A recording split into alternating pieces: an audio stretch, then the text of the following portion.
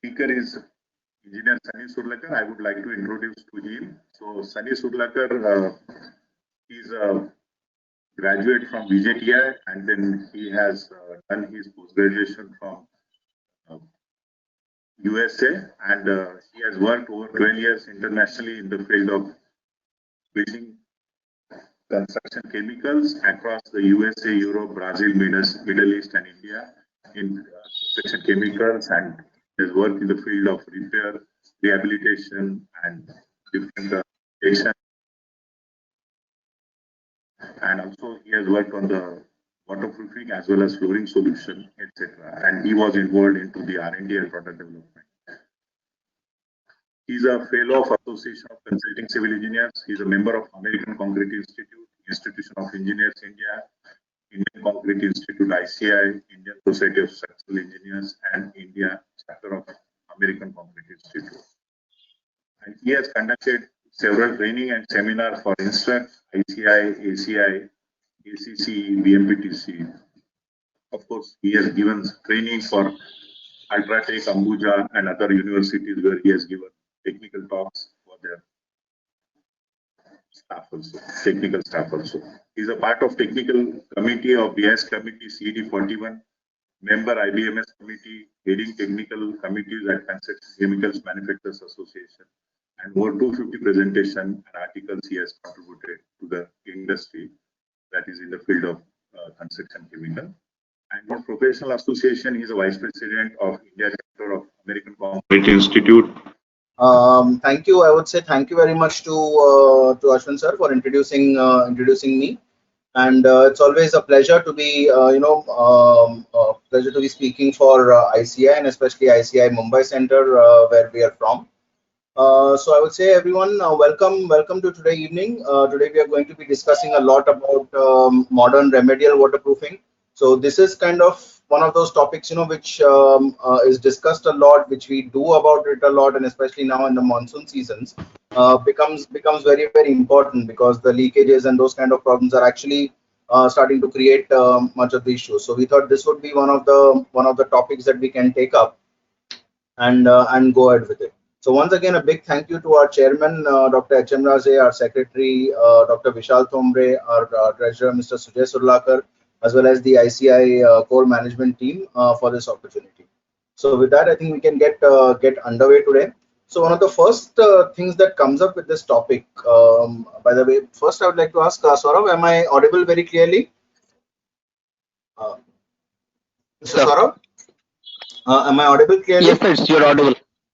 And the presentation is progressing fine, right? Yeah. Perfect. So I'll just go ahead. So thank you very much. So basically why this topic comes about, like modern, when we say modern remedial waterproofing and extreme engineering, like why we chose this topic to start off our webinar series. So if we actually consider one of the main issues, like waterproofing is one of those things in which we have been working on it now for such a long time, but still we find it quite difficult to remediate structures properly, or to waterproof structures properly. I think sometimes it also comes down to the thought process, because a lot of cases people look at waterproofing more as a cost, but I would say it's much more than cost, it's an investment. So basically what we have to look at is like the investment, if you're taking, it's hardly anything, it's maybe about 2% of civil works. But if you get it wrong, or even in case you have to go in for remedial waterproofing, it ends up costing a lot of money. So almost 80% of the damages are caused by not investing well initially in waterproofing, and also the cost of repairs goes up very high. Just to give you a brief example, a couple of years back, my apartment bathroom, my house bathroom just kind of went bad, and overall, just to get the whole thing fixed, including tiles for me, waterproofing for the gentleman who lives above me, all the injection methodology, just to make sure that the water doesn't come through, ended up costing me almost close to a lakh of rupees for hardly for a 8 feet by 4 feet or for a 32 square feet bathroom. So overall, the damages and cost that comes up is quite high, and which is why I believe like we have to look at waterproofing right in the first place, so that these kind of things can be avoided. But today we are here because, because of problems like this. I would say these buckets become our solutions for waterproofing. So which is why we always come to the question, like, is this the best your waterproofing offers? Like just colorful buckets, for example, because we spend a lot of money for houses, we spend a lot of money in decorating it, and finally it comes down to these buckets to kind of waterproof our structures. Again, a lot more manifestations of waterproofing problems is, of course, plant growth. Again, we see different different colors of buckets. You can see a pink one here, a black one here. So end of the day, I think this is all we come down to. We are building mega structures, fantastic things, and we can say another big alternative to buckets is this kind of waterproofing, where we are directly putting tarpaulin sheets on top of most beautiful structures. Like even structure is beautiful like this, like a mall. There's a mall here, then buildings which are well known, and finally it comes down to that. But water ingress is a major problem. I know, despite all the modern materials that we're using, despite all the kind of construction systems we are using, these kind of problems do come in. This, for example, was in one of the buildings where our office is, for example. And this was a serious problem. You can see it's a cladded structure from the outside, but still the amount of water seeping in everywhere during the rains is absolutely fantastic. And that was simply because waterproofing was not done right the first time. Like maybe we can just take on the joints or the areas. Here the water is coming in through the walls and the interfaces of your slab and your beam. That's where the water is coming in. So I think something went wrong during the planning and the construction progress, and that actually led to a lot of problems. So now if we come to it as a system, so waterproofing, repair, and corrosion, they're all related. So basically it comes down, like, if we don't do waterproofing right, it will lead to a lot of problems, and it will lead to corrosion. And this corrosion, of course, over time leads to structural deterioration. After that, you will have to repair it. And from repair, you have to again go back to waterproofing as the last step. So you can see it is a circle. So from waterproofing, you start off with densification and protection. If it's not done, it goes to corrosion. From there, it comes to repair the corrosion. To repair or to set this right, you need to repair the structure. And again, as a protection, go back to waterproofing. So it is better to do waterproofing right, right at the beginning, so that we don't come to stages like this where it would actually necessitate I would say structural repairs. So in a nutshell, a few reasons why waterproofing is needed is firstly that it can be a cause of structural failure. So we just saw that in the slides behind, because water enters your concrete structure and over time causes corrosion. The corrosion then causes structural problems, and which might also lead to collapses of the building as such. It leads to a lot of health and safety problems. For example, if your building or if your living space is damp all the time, that can lead to different problems like moss and fungus growth inside the house, which can over time cause allergies and other respiratory problems. Of course, it's a big problem with aesthetics. The moment water enters your structure, it enters your building or enters your living space. It no longer looks nice. There are unsightly patches. There is paint peeling off. It doesn't look good. It creates a lot of fire hazards. So fire hazards means even with the water coming in, if this water manages to reach your electrical conduit, and from your electrical conduit to your mains, it can lead to short circuits, and even problems like that can come up, and fires can come up because of bad waterproofing. And last but not least, it's the damage to the property. So also because a lot of these areas are usable, they're commercial spaces in some cases, but all in all, it leads to some kind of damage to your property. It can damage your, like I said, if fires can damage your house itself, you can lose other things to it. Maybe say your tiles go off, you need to redo your painting, you need to redo your POP. So a lot of damage and those kind of problems might come up. So before we start off with remedial waterproofing, I think this is a slide that will explain like the modes of water entry into a structure. So there are, if we really think about it in a broad sense, and once it comes down to basics, water can enter structure only in one of these three ways. It can come in via capillaries and pores. It can come in via cracks and voids in the concrete itself, and last it will come in through the joints and discontinuities. So these are the only three main kind of ingress avenues through which the water will come in. So what would need to be done even for new waterproofing or whether it is remedial, that we need to treat each mode independently, and we need to select solutions based on the construction system, site conditions, and the end result that you're looking for it. And of course, once you're putting together a system, a complete system uses multiple barriers. That means it is not only making one coating, for example. When we're talking remedial, we have to go with we go with an injection system, we go with a repair and restoration, like concrete replacement system, and then we take care of the joints, and then we go with a coating system and a protective system on top. So once you have these multiple barriers, I think that's where the success of the waterproofing system can be defined very easily.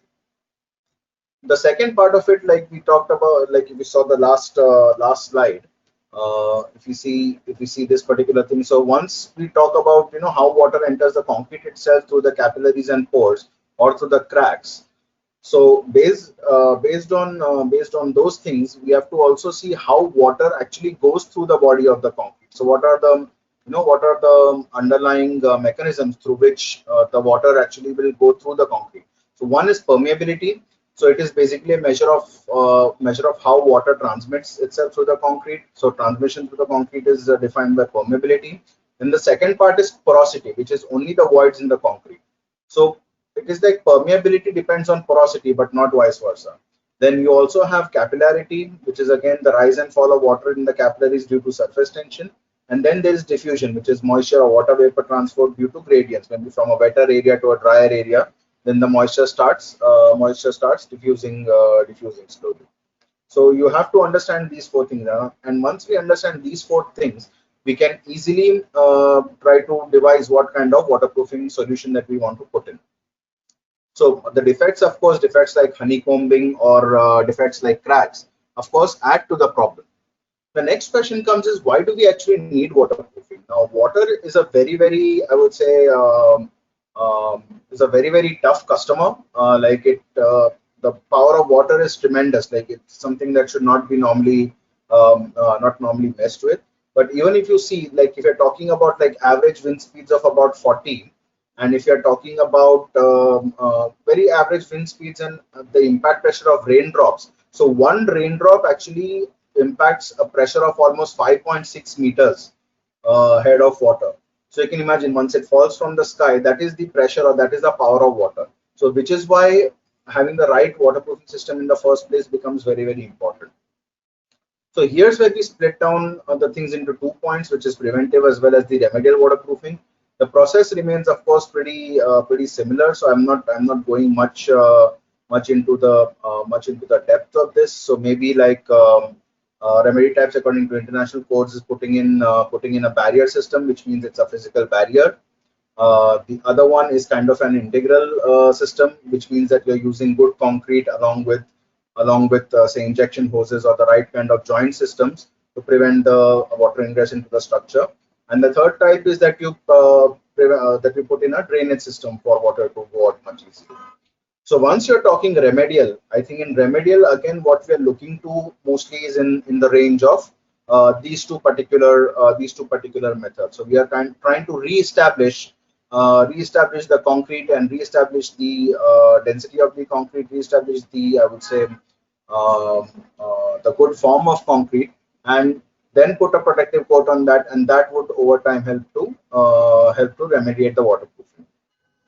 So to address concrete porosity, basically you need integral waterproofing. But in this case, since we're talking remedial, we'll be talking a lot more about injection grouting, coatings, and so on. Of course, repair mortars would also be a part of that. And as always, the joints do give pains. So that means any sort of joints or transitions or discontinuities, such as I would say, such as your interfaces, maybe your window, like where your window meets the masonry or so on, or the RCC meets the masonry, or your vertical, horizontal kind of transitions. Like all these things actually create problems, and are basic water ingress avenues. So if we take the basic philosophy of waterproofing, when we are taking a look at new structures, for example, what we are looking at is basically going through it with base improvement. Then we are looking to filling cracks and voids. Then we treat the joints. We put in the waterproof coatings, and of course, finally provide for drainage and protection. And so if you see it based on those kind of philosophies, then the base improvement means you're looking to densify the base, you're looking to lower your cracking, lower your porosity, permeability, and so on. And we do that by means of, say, hydrophobic additives, crystalline, polymer modification, and air entrainment. So this is just kind of, a little bit primer, so that by principle, what kind of materials are we looking to use. Once we talk about filling cracks, then our aim is to close all the cracks, close the connected capillaries, fill in any kind of voids, and basically put a seal to the transmission path of water. So here, what comes in most handy, or the most surefire way of doing these things is low viscosity, highly flexible PU resins, and low viscosity structural PU resins. I think they by far make the best case in how successful it is as a remedial measure. Treating joints, of course, you need to do that again, because you need to seal the interfaces, the penetration. That is where most of your water ingress would come from, and that can be done by means of things like flashing tapes, maybe using a combination of mortars and flexible coatings, using expansion joint tapes, butyl tapes, sealants, and so on. So a lot of different options are available for that. Then, of course, comes the part of the main coating. So the coating is what your waterproof coating is what basically provides the final physical barrier against your water, chemical, or physical attacks. So here again, actually, this I forgot to kind of look into this, but what will come up here in the coatings is pretty much all your things like your 2K flexible cementitious coatings, polyurethane coatings. Then you have today hybrid polyurethanes. You've got polyureas. It just goes like goes in as the technology develops. So you have a wide variety of coatings available today. The last but not least, you need protective systems. Once you do your waterproofing, because the waterproofing membranes or coatings tend to be very flexible systems, since they need to have a particular degree of flexibility, of crack bridging. So they are more flexible. So it is always better that you provide a protective system on top. Even for membranes, it is the way that we construct in India. It is recommended. And this would finally provide like a barrier protection against abrasion and ultraviolet radiations. So here you can use a whole bunch of mortars or mortars with plaster additives. You can use tiles as a protective system, drainage boards, and lot of different options are available. So once we talk about remedial waterproofing as a system, one is that it is for existing structures. So what we are looking to do step by step is stop the active water inflow, repair your concrete or improve your base. Then we're looking to treat the joints. Finally, we prepare the surfaces and apply the waterproof coating itself. And finally, we put on the protective system. So, like I said, the this one we saw, this is the basic methodology that we go for preventive waterproofing. So once we talk about remedial, it's simply the order changes. So here we first try to stop the water ingress as a whole by filling your cracks and voids in the concrete by means of injection systems. Then you do your base improvement, which in this case would be, reinstating the concrete, and then you go with your treating joints, waterproof coatings, drainage protection, and so on. So of course, classification of waterproofing may be by area, like we are talking basement waterproofing or terrace waterproofing or lift pit waterproofing, roof waterproofing, swimming pool. So there are a lot of ways that you can actually classify waterproofing systems based on materials, whether it's crystalline, whether it's PU, technology, whether it's hybrid something, mixed polyurea. A lot of things are there. Positive side or the negative side. I think this is something. Positive side is simply waterproofing that is applied at the part where water is coming in, and negative side is you apply it on the other side of the wall. So a lot of classifications are there. So what we'll be talking about in brief today would be waterproofing in terms of different structures. For example, like we'll be taking into account for the time being only a building, because otherwise the topic becomes too wide. So we'll be talking about things to look out in basements, things to look out in podiums, in wet areas and tanks, in terraces, and in facades. So one by one we'll go through this. We'll discuss the materials along with it. and we'll see different techniques, some ideas that can come into play. Of course, these are not the all and end all of the kind of remedial measures you can take, but it's a good starting point to start discussing these things.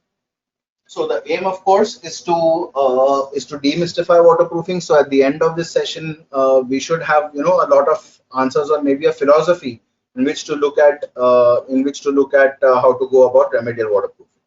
So now, if we take a look at the basic issues in basement waterproofing, so the first and foremost problem that comes up is the water table.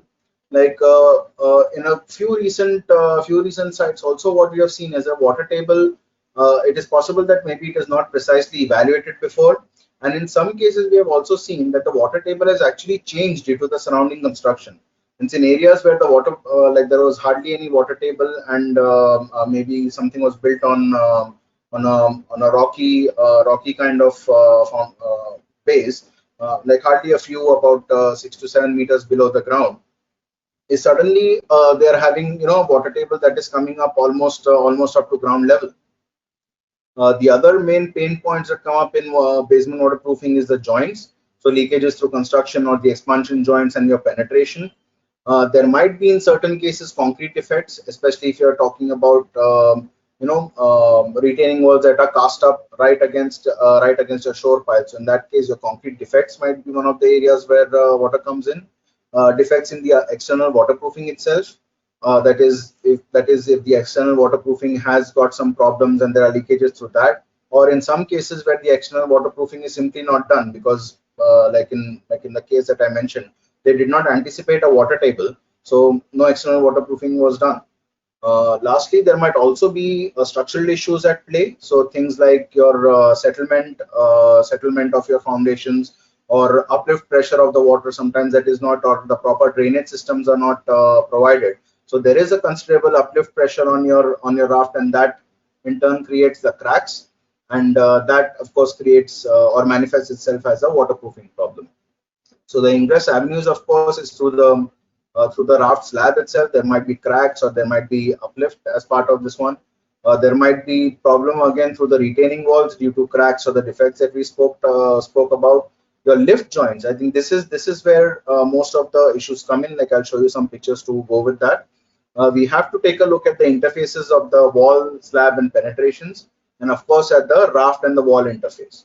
So these are basically where different places where the water might come in.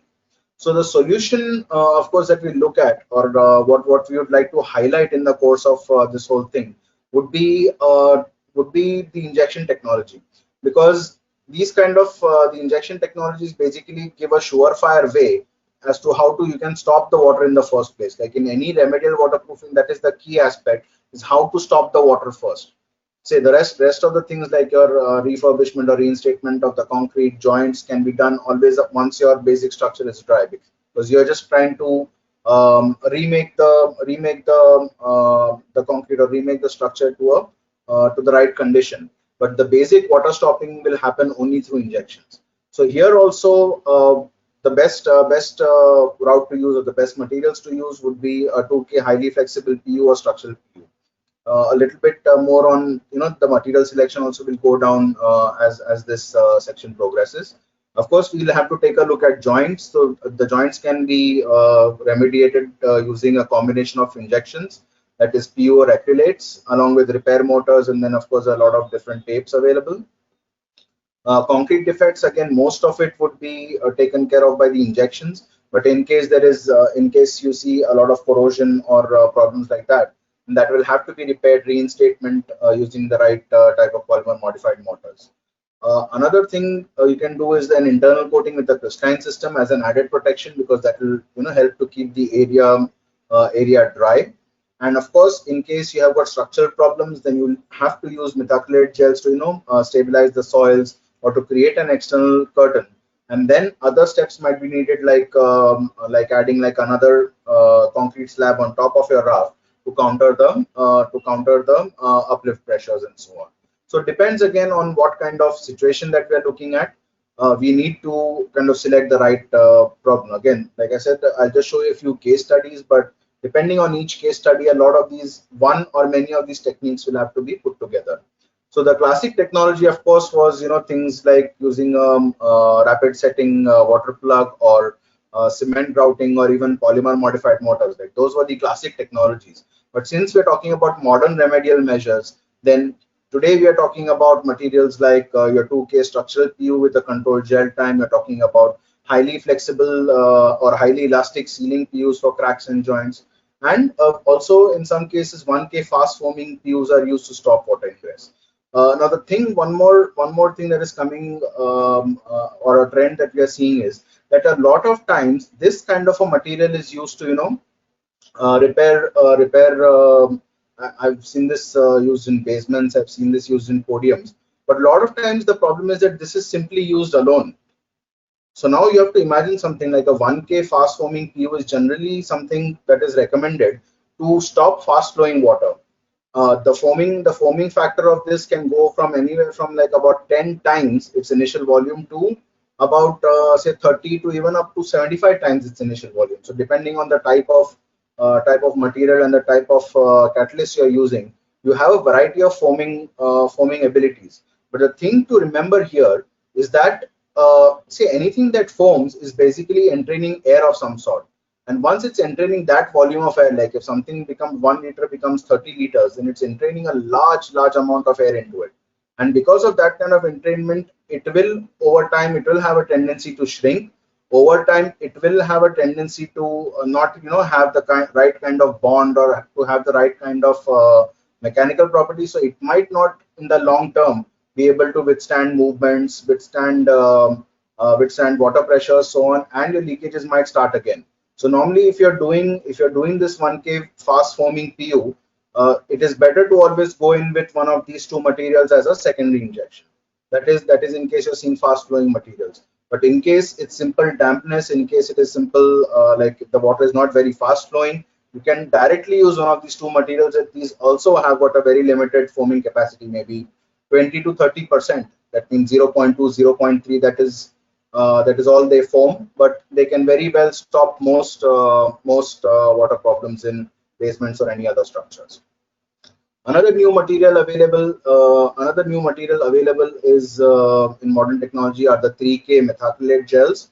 So these are basically used for injection grouting. I'll also show you a few more like a few videos after this on this. So just to show you, like this is one of the examples that we worked on recently. So this is a basement about I think 2,500 3,000 square feet roughly, and the amount of water you can see it really fills up quite a bit, almost close to about a foot a day. So very large amounts of water. So this was basically a raft system built on rock, and the problems here were there were some open tie rod holes, some of the joints were not treated properly, especially the lift joints. That's where it was coming in for, and of course because it was in a basement and the surrounding fill was done, so access was an issue. So very simply, this kind of a problem was solved very easily using a 2K highly flexible PU system. So it was a dual component system, but it's a slow reacting system. So you can apply it using a 1K pump. It has got a very slight foaming with water, but it bonds very very well to cracks or inside these joints, so that it's actually filling each and every crack and pore inside the concrete. So basically it really reliably seals your concrete effectively any place where the water is trying to come through. So as you can see, the foaming capacity is not much. It's hardly 10 to 30%. The viscosity is extremely low. It's about 80 MPas. So it can pretty much go into the smallest of the cracks, smallest of the voids, and give you a very very reliable seal. Another example, like before, you can see how much the water that is coming in through coming in through a lot of these lift joints. So here you can actually see how you can see the way that this was done. Again, the same kind of material was used. Basically here what was done was simply the injection pattern simply followed the water line. So at the junction of the slab and the retaining wall, as well as along the joints in the along the vertical retaining wall. So once those were done, you can see this is kind of an after picture. So a very reliable sealing, very non-messy, but a total dry solution. So again, once you're looking at injection systems, you need to understand cracks very well. So having a good idea of your crack depths, your crack widths, your crack movements, and your crack wetness, like that will all help you to select the right material. But in this case, we are making it very easy, like to use only maybe two different materials, whether based on whether you're putting it inside a structural element or you just want a more ductile, more flexible sealing of the crack. You have to use one of these two materials by the injection method. Normally in areas like basements, I would say a simple coating or a simple impregnation or a simple cut and patch might not be very helpful, because it's considering that the water has already breached the other side of your concrete and is coming in towards your livable space.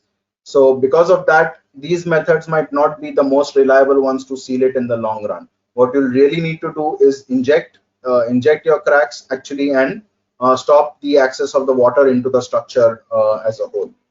Of course, you can also do positive waterproofing from the negative side. That means you create a curtain, like a gel curtain, right beyond the element, by injecting a 3K methacrylate gel. So I'll just show you a video and a case study after that also.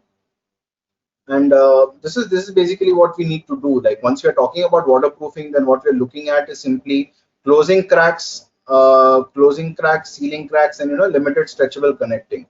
And even if you see for either damp or wet or for flowing water, the system that is mostly recommended is this is according to the German code, it's a D1P, which means it's basically a ductile kind of material that you have to use to fill it. It's a P means a polymer based material, and this D1 means it is through an injection system, or DI rather means it's through an injection system.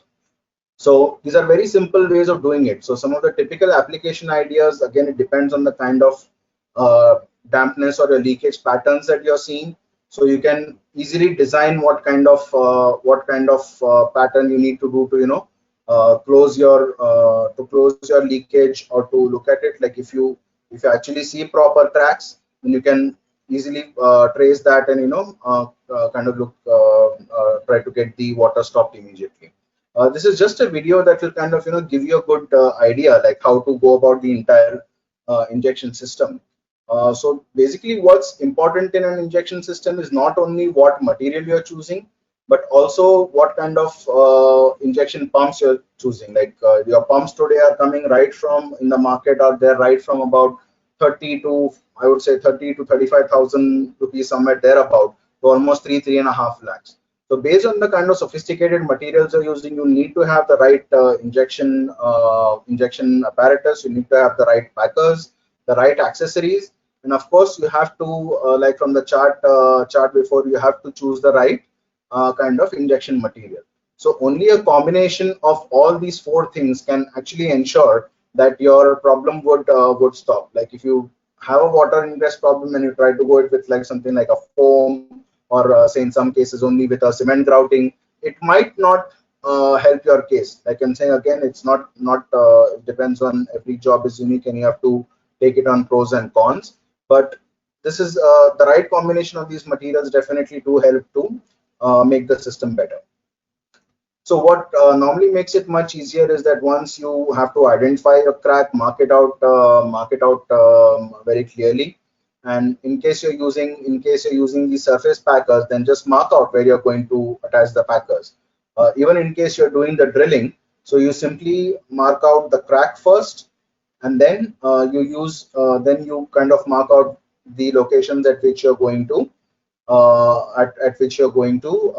place the injection packers.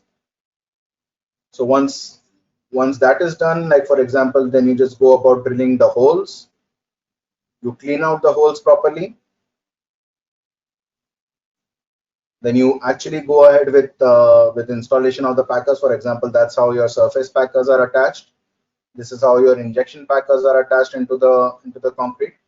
Of course, selection of the correct pump. Like for the kind of materials that we discussed earlier on, mostly your 1K injection pumps would also do, because they're very long reacting materials. They kind of foam and set on almost like in a few seconds once in contact with water. So even if it's a little bit damp, it foams a very little and the process goes. But basically that kind of thing creates a, I would say, creates a seal, and pretty much helps you to stop the water permanently. Okay, so once you have done that, you have to fix up your packers. You then have to close, or you have to seal the joint properly to ensure that the material is retained inside the crack, and then you go in with your pump and finally carry out the injection. So relatively, it's a very simple process. You can leave a part at the top of the crack, so just so that the air can vent out. Okay. So this is just something you do, and maybe in case you are having doubts, you can always go with the second round of injections to close it. Of course, once you're done with that, your surface needs to be reinstated, and that would where it comes to an I would say successful injection program. So some of the other type of injection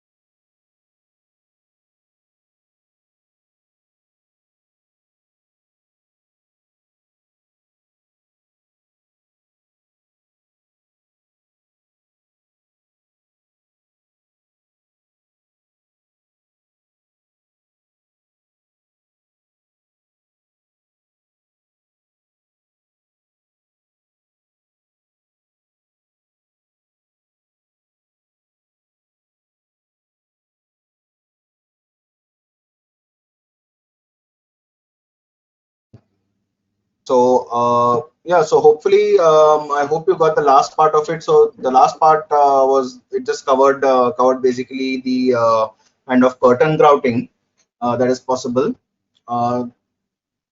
Hello, I am audible now, right? Because I can't seem to get a reading out here.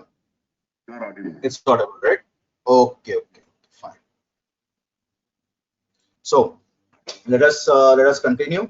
So then this is the second way in which a three-component methacrylate gel can be used, which is repair of damaged expansion or movement joints. So in this case, what we are doing is kind of drilling straight through the damaged joints, and then we use of course, you're fixing in the injection packers, and then you're using the same low viscosity 3K methacrylate gel. So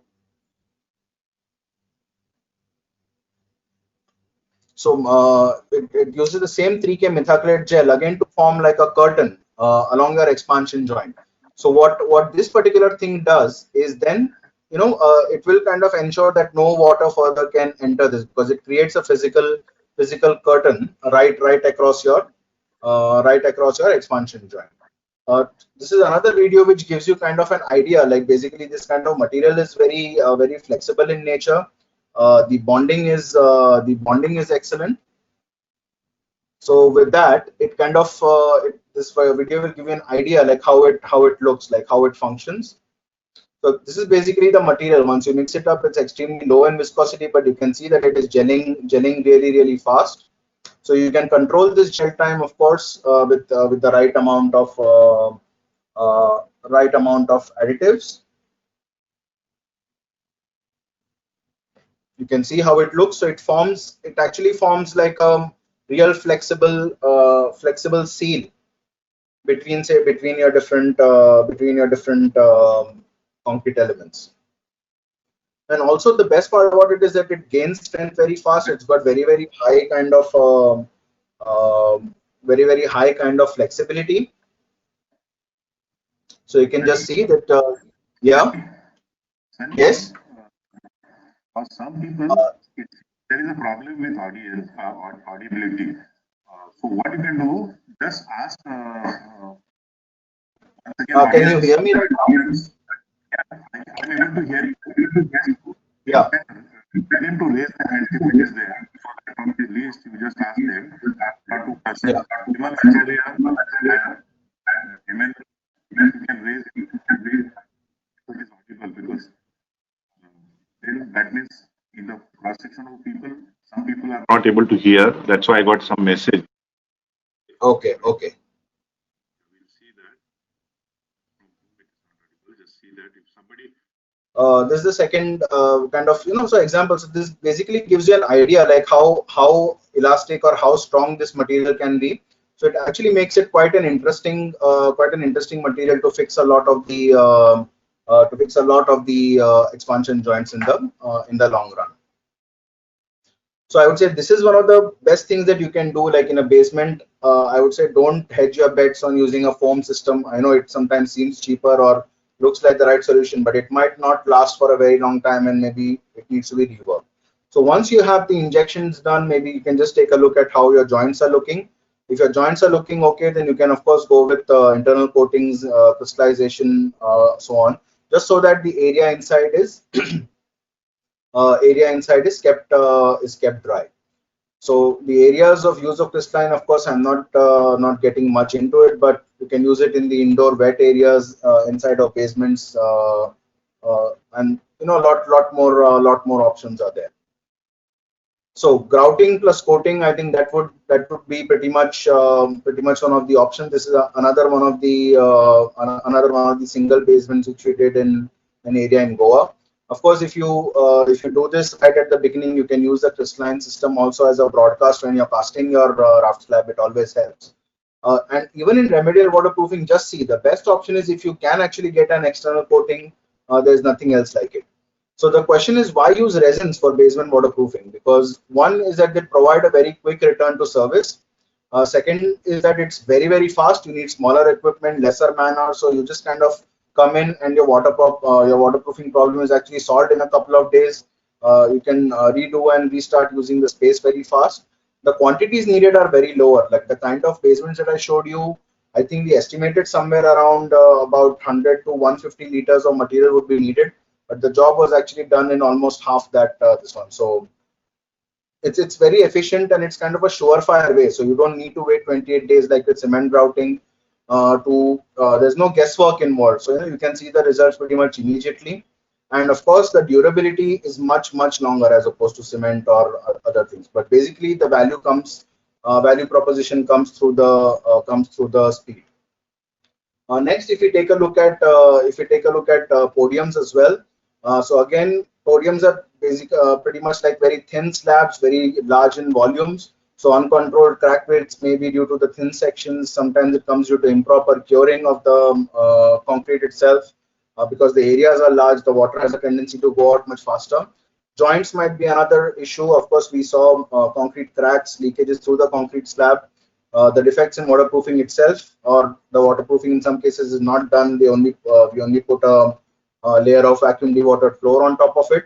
Or sometimes it might also be structural cracking due to dynamic movements. So again, the ingress avenues remain pretty much the same, so I'll not get much into it. So the solution here again would be to basically start with the concrete itself. So we basically do injections with the 2K structural PU. That is the most recommended. If not, or if you are got some kind of moving joints, then we look at the 2K highly flexible PUs, treat the joints, take a look at concrete defects, of course, and a recoating on the slab will be the best. You can or the resurfacing of your podium slab, of course, that really helps because it kind of makes the system much more surefire. So like a 1K flexible elastomeric PU can be taken into account. So for concrete, the fundamental truth is that it will crack. So unless it is placed properly, cured properly, concrete cracking is a must. And these kind of cracking is seen very often. Water comes down, there is oftentimes salt deposit. It creates other problems. So the solution remains injecting the slab from the bottom. This is again one of the projects which we did up near North Mumbai. So you can pretty much see the same issues were there. Partly it was part of it was tried to be injected before, but not very successfully. After that also there was water coming in. So then this was the second round done. So here you can see that you're drilling at a 45-degree angle to intersect the cracks. And you can actually see the water dripping through, So even in cases like that, these the 2K flexible or the 2K structural PUs can easily be used. And you can see this part, the injection is actually going on. You can actually see a lot of the materials. It would have been better if this crack was sealed so that it kind of your filling effect becomes very pronounced. So this is just something that another option you can do, but I think this has to be the starting point of your remedial waterproofing.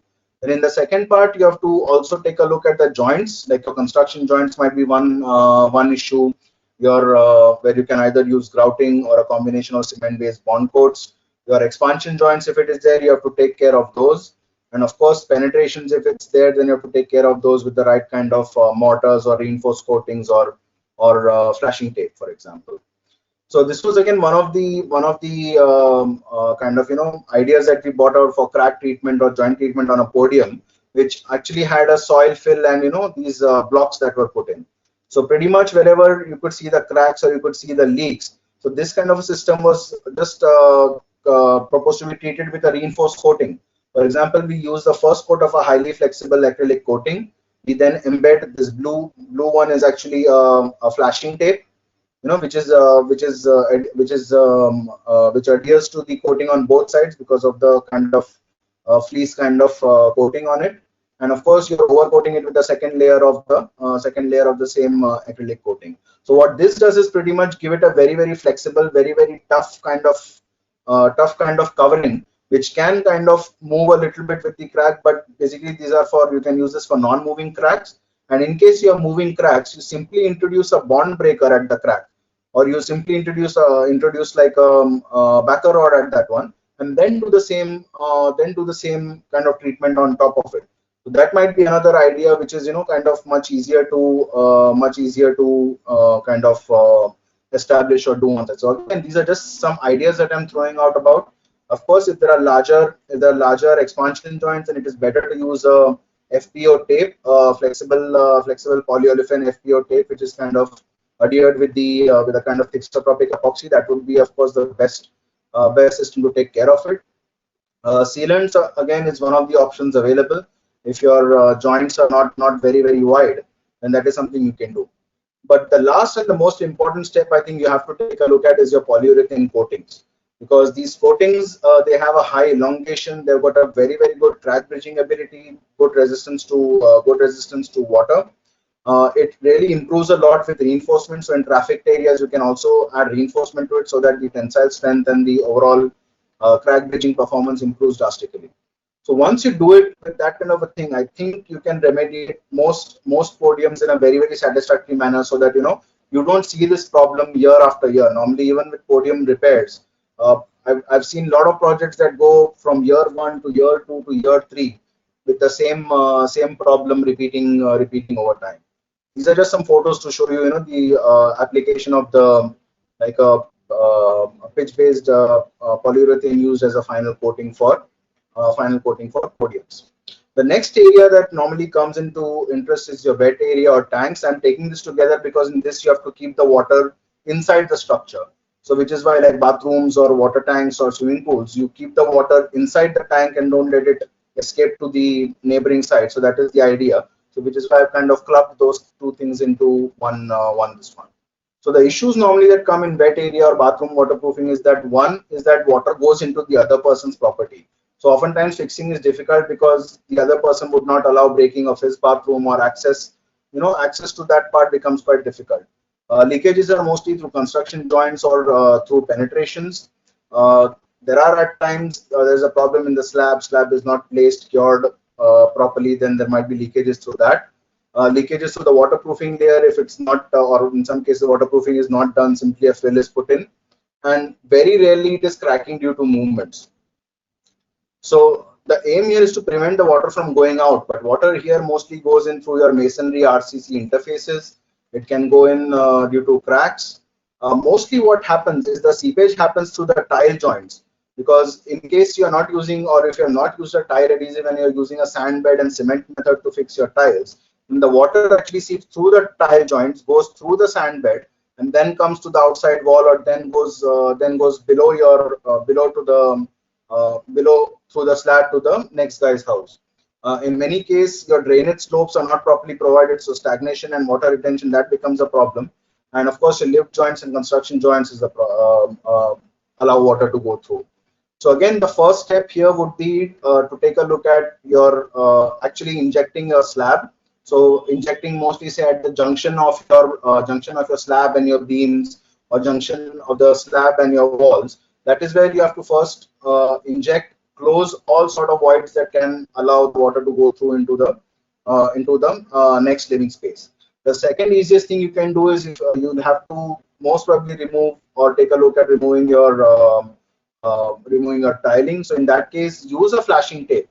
This is something very simple. This is basically a tape. I'll just show you in the next few slides, attached with a tile adhesive, but it solves 90% of the waterproofing issues. I think it's a very small investment to wait for a good wet area waterproofing. Even if the guy above you is doing waterproofing, you can just get one, provide it to him. It's really a very small investment to get that kind of peace of mind. Of course, concrete defects will need to be taken care of.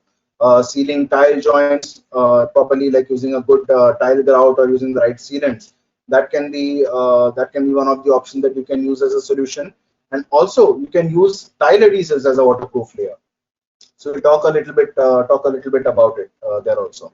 So when we talk about waterproofing of sunken slabs, sunken slab bathrooms, again the detailing becomes very important. So a combination of the combination of grouting, combination of the tapes, combination of the fill, what kind of additives you're using into it, all these things kind of make a success out of your bathroom waterproofing. Like this is of course a problem seen in a lot of the areas on outside the bathroom walls. For example, you'll have your walls and then you'll see this kind of rising dampness kind of phenomenon that happens. So this, what goes on inside your bathroom is basically that your water goes through your joints, goes through the sand bed, and then starts rising onto the other side, which is pretty much masonry or something like that.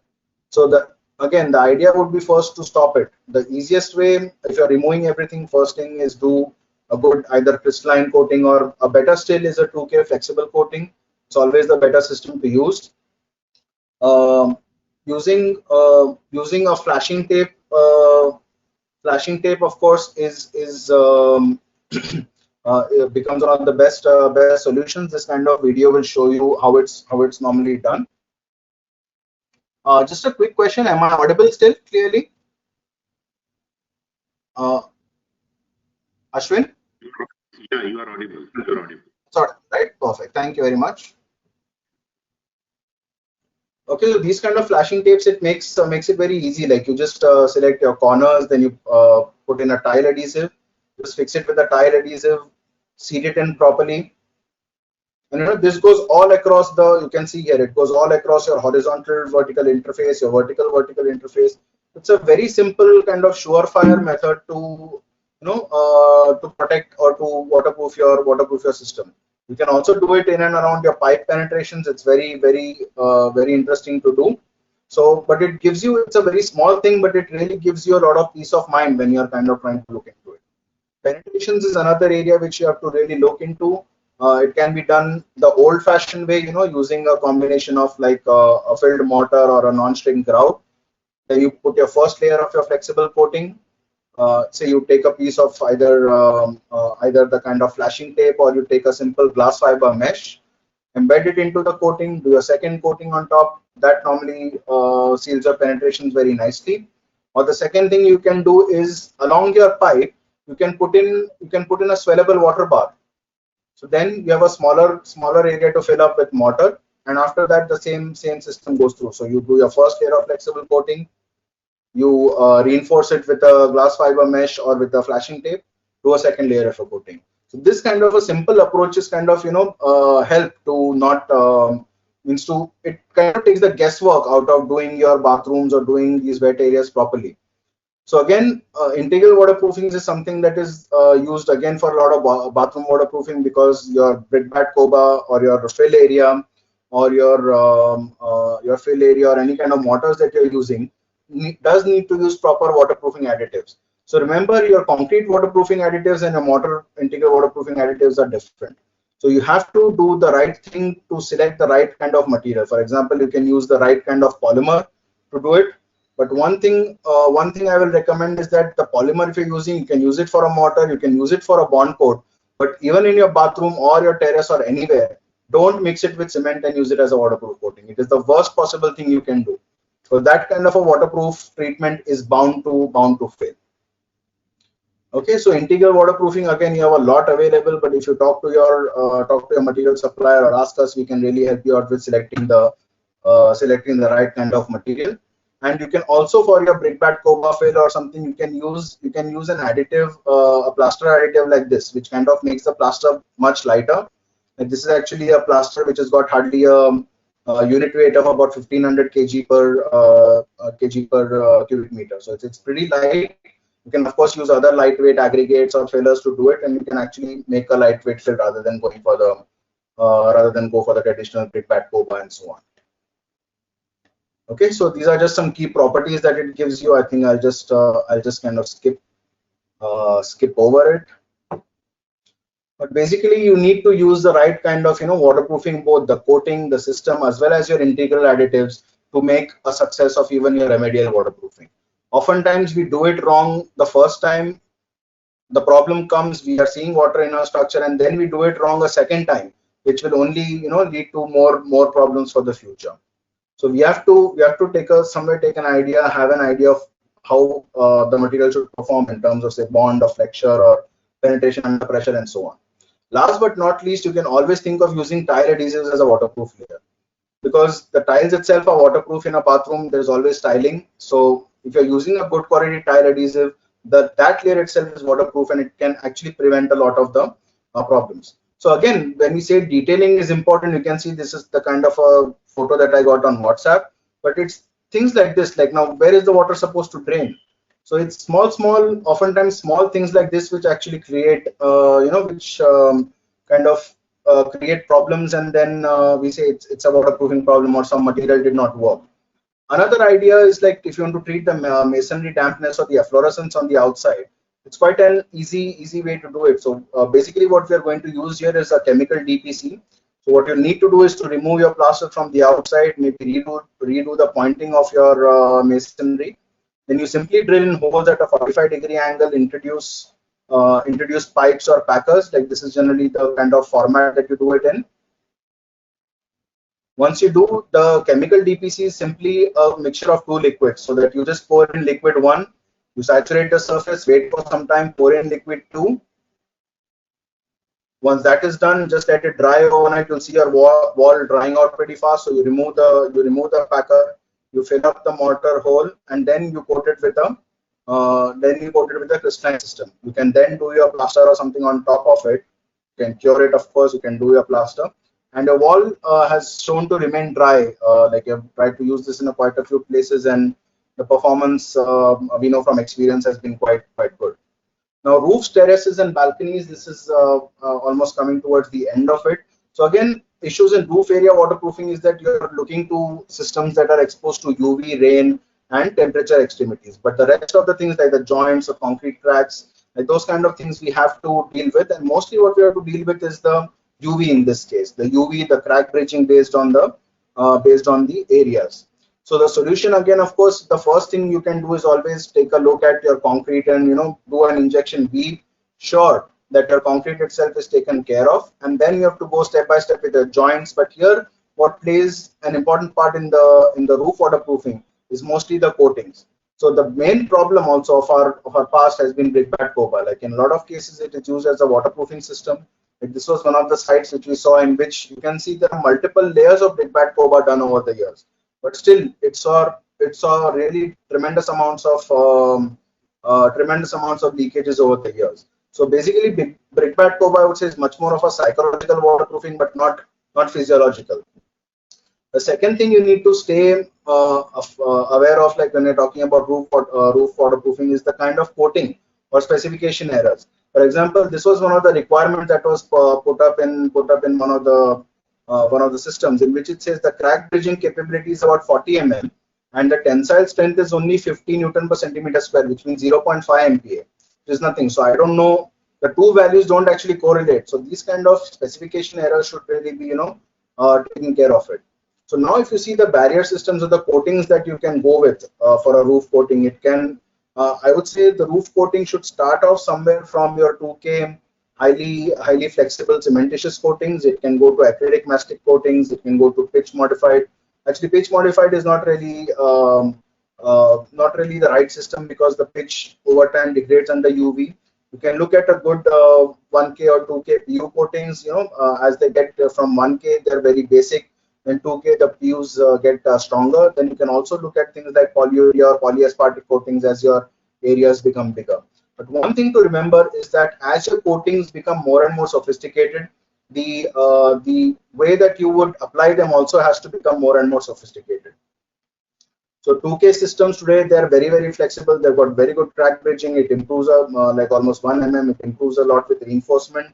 They're highly resistant to water pressure. As you, I don't know if you remember, one of the first slides I showed you is that the rain, it basically has a pressure, or it needs a pressure, or raindrops exert a pressure at basic, this one of somewhere about 5 meters or 5.5 meters of water head. That is 0.5 to roughly a bar. So any coating with a water resistance of more than 2 bars should be okay to do your roof. Of course, it should have a very good crack bridging, this one. So acrylics, today modern acrylics is one of the best ways of doing it. You can take a look at PU coatings, of course. And when you're getting into your modern, I would say, polyureas or hybrid PUs and something, then you really should think twice about it, because for most small kind of roofs, those kind of coatings are not really necessary. It's kind of overkill for that. And also there might be other issues like things with bond, problems with application, because a lot of these things are very fast setting materials. So there might be problems with the proper surface wetting and application in the long runs. So the selection criteria for waterproofing, if you take for roof, it is like, one is like you have to take care of the areas, like basically what is the area, what kind of movement factors is going to go on it. Sorry, what kind of movement is going to go on it. So whether it's traffic, it's non-traffic, like whether it's indoor, outdoor, underground. So a lot of times your coatings has to kind of, take care of a lot of these kind of exposures, like what should be your chemical resistance, what should be your surface areas. Like this is very important for roofs. For example, if you have very small surface areas, you can go with a 2K flexible cementitious systems. If it's slightly larger, less than 500, you can maybe say take a look at acrylic or the modern 1K 1K PU systems. And if it's really larger, more than 500 square meters to about to thousands of them, then you can go for still more advanced system like 2K polyurethanes or polyureas, for example. Again, detailing is very important. So, for example, here was a smaller roof slab done in 2K flexible cementitious, slightly larger. So we went with a 1K acrylic, and here's with a 1K PU, since it was to be done on top of tiles. Here it was done on top of tiles, but of course the under slab of it was injected so that there was no further leakage problems. The last area we can look at is facades. So again, I would say here anti-carbonation coatings come in very handy. So you can really use it on all different types of buildings. A lot of the same rules will apply. Take care of your joints, take care of your injections, and just do the coating on top. And mostly it solves all different type of facade problems, including we have tried it on heritage structures in the long run. So I think with that I will draw this to a close. A few things like specifying waterproofing system. Again, don't start off with predetermined materials in mind. I would say take a look at the system, take a look at what it's intended to do, and go from that point on and trying to use the philosophy to guide you in selecting the right systems. Again, guarantees have not stopped failures. Like I think remedial waterproofing kind of proves that, because there is a waterproofing done, there is a failure, and we are then trying to ask a guarantee for something which has already failed. So again, remember, the aim of waterproofing is to keep outside water out, to keep inside water in. Some more common problems are there, but I think we have gone through most of them, so no need to get through with that. With that, I'll say thank you very much, and I'll hand over the session back to Mr. Ashwin.